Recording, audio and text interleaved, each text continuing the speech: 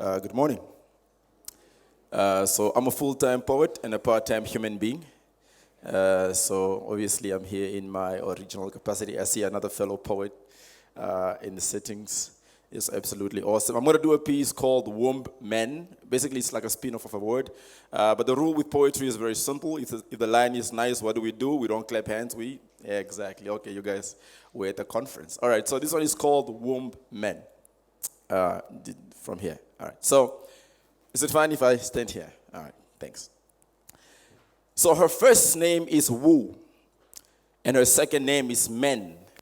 Yet her surname is synonymous with death, it seems.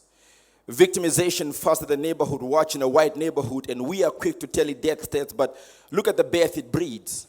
At some point, in the days of Kakurukade Munguda, we dwelt in the land of queens, and how loud should the blood of the innocent be before freedom hears? Look, my testosterone levels are toxically raised to erase and lay to waste the ideology of she was asking for it with a skimpy skirt down her waist. And every time she leaves home, her eulogy is prepared because who knows, whoever she interacts with might just be another basket case.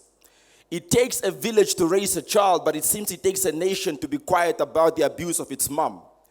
We are burning bridges, but they are building them in the name of the deceased, they say, but that doesn't bring Magdalena back. You see, in the name of peaceful progress, we have seen no increasing progress. And so if safety in university is zero, then how much might a high school learner lack? You see, we should call it what it is. This is what love famine is. Some men failed, and the consequence of that is broken families, and there are greater things to be worried about than feeling intimidated or insulted in the face of feminists. You see, the protest was an indication of a revolution that is yet to be televised. We are speedily coming for your policies.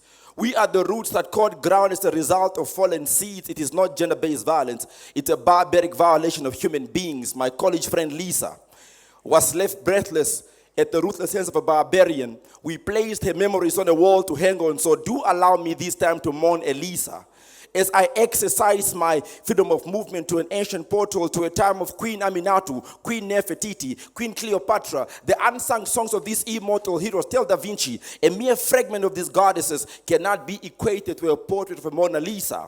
For these are the oracles of Nashima. Hashinunda okongali, hashongo okongali ambangula, hainakula yokanti mamohuwa, hailapa ya hulime kondobolo, malenga adalelwe.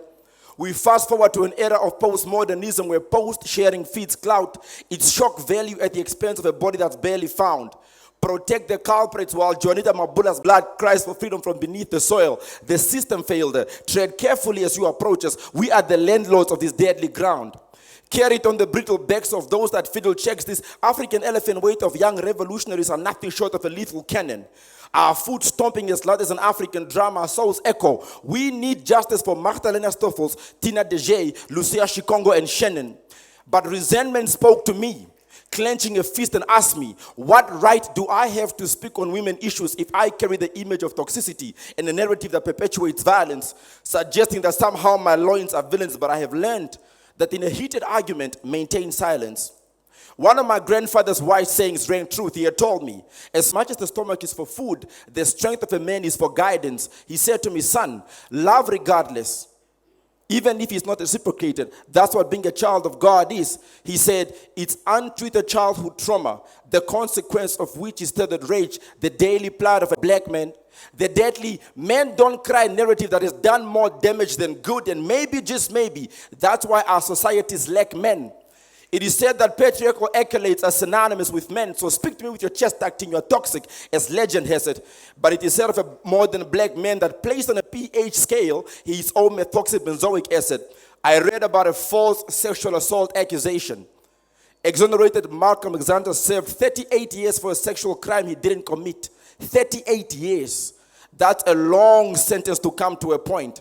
So you tell me this. What is the difference between a life lost and a life operating at a loss? I thought so. Because opposed narratives are supposedly toxic, and you only embrace those that align to yours, but be that as it may. I navigate through this dark world in my royal shade of black, in the absence of which they would not have known light. I am the embodiment of greatness, but with their level of ignorance, they would not have known that. You see, we have never sought to be equal with the white man. He is not the criteria, nor the yardstick upon which equality is measured, and that's a known fact.